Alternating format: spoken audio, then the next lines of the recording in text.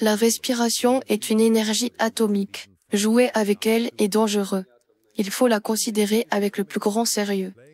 Respirez profondément si vous voulez être essoufflé et mourir plus tôt.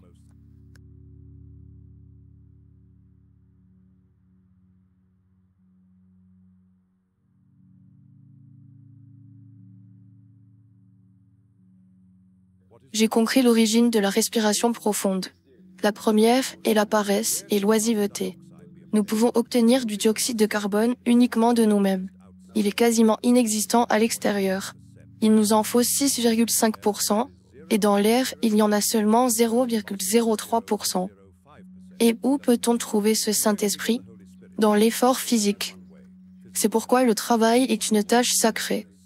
L'oisiveté et la paresse réduisent la production de CO2. On nous a toujours dit que l'exercice, l'effort, le travail physique, le sport, étaient comme respirer profondément, mais c'est exactement le contraire. L'expérience nous montre la réalité. L'effort augmente la production de CO2, ce qui fait monter le taux de CO2 dans le sang.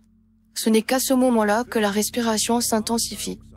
Et elle le fait juste assez pour que le taux de CO2 ne devienne pas incontrôlable. Et plus l'effort est grand, plus le taux de CO2 dans le corps est élevé. C'est pourquoi les gros travailleurs tombent moins souvent malades. Pendant un effort, on peut respirer par petites expirations superficielles. Si vous essayez de respirer profondément pendant un effort, vous serez essoufflé. Le taux de CO2 chutera et vous pourriez mourir d'épuisement ou d'un infarctus dû à une carence en CO2. Si vous adoptez l'idée Buteyko, qui consiste à respirer moins pendant l'effort, l'exercice augmentera encore plus le CO2 et vous récupérerez plus vite. Notre élite, comme toutes les élites de toutes les civilisations, aspirait à l'oisiveté et au parasitisme. C'est pour cela qu'elles ont dégénéré et disparu. La noblesse russe a péri dans l'oisiveté, la luxure, l'alcool et la gourmandise. Le prolétariat a triomphé parce qu'il a travaillé jusqu'à l'épuisement. C'est ce que j'ai découvert. La seconde cause de la respiration profonde est la suralimentation. La gourmandise augmente considérablement l'amplitude de la respiration. Le jeûne la réduit. J'ai découvert et démontré le mécanisme du jeûne. Le jeûne doit être légalisé. Un ennemi de taille, les protéines. Les protéines augmentent l'amplitude de la respiration, modifient le métabolisme et produisent diverses substances qui endommagent les cellules, comme l'indole et le scatol. Des milliers d'études expérimentales montrent que nourrir les animaux avec des protéines, du fromage blanc, du bouillon de viande, etc., multiplie par 100 la fréquence et par 10 la vitesse de la prolifération de cellules dégénératives.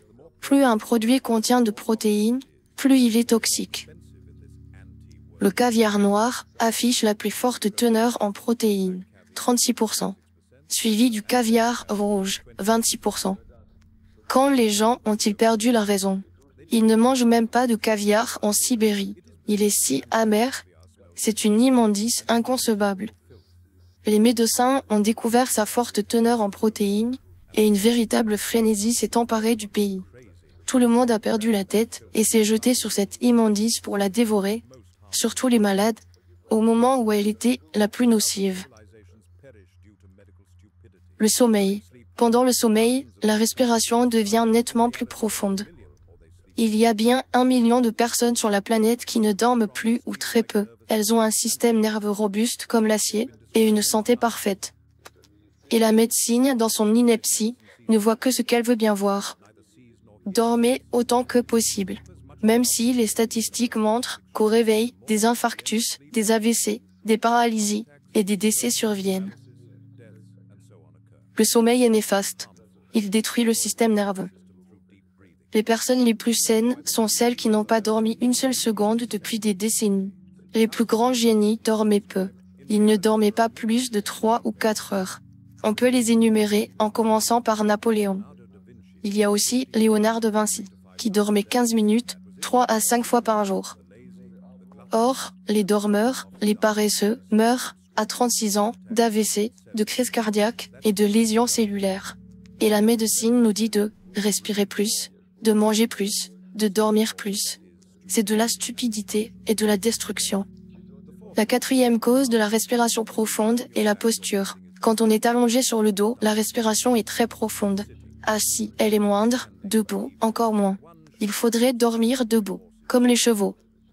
Dès qu'un cheval commence à se coucher pour dormir en Ukraine, on sait qu'il va mourir. Nous sommes contre la position allongée. C'est la posture d'un cadavre que la médecine veut vous imposer. Encore une fois, tout est à l'envers. Voilà comment tout a été bouleversé. La cinquième cause est la surchauffe.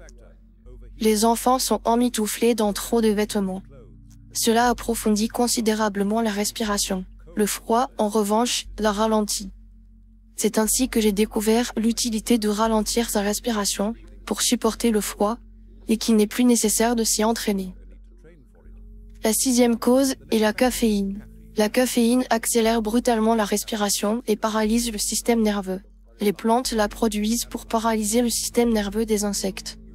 L'humanité a sombré dans la folie à cause de la caféine, même à faible dose.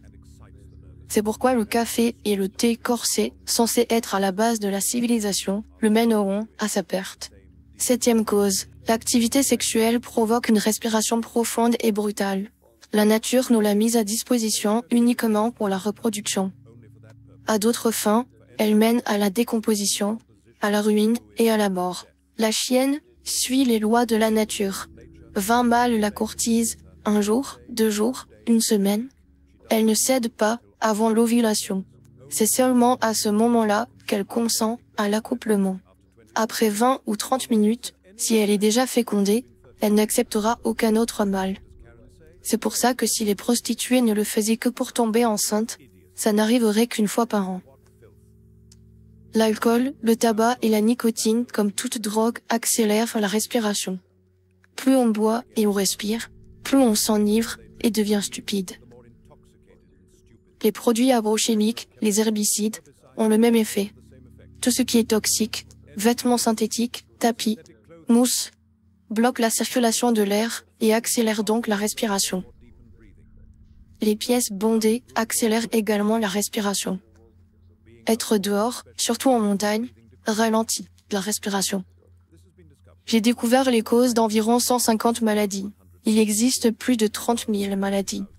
Peste, choléra, typhus, carence vitaminique, etc. 150 de ces maladies sont causées par une respiration profonde. C'est le spectre des maladies courantes chez nos grands-mères.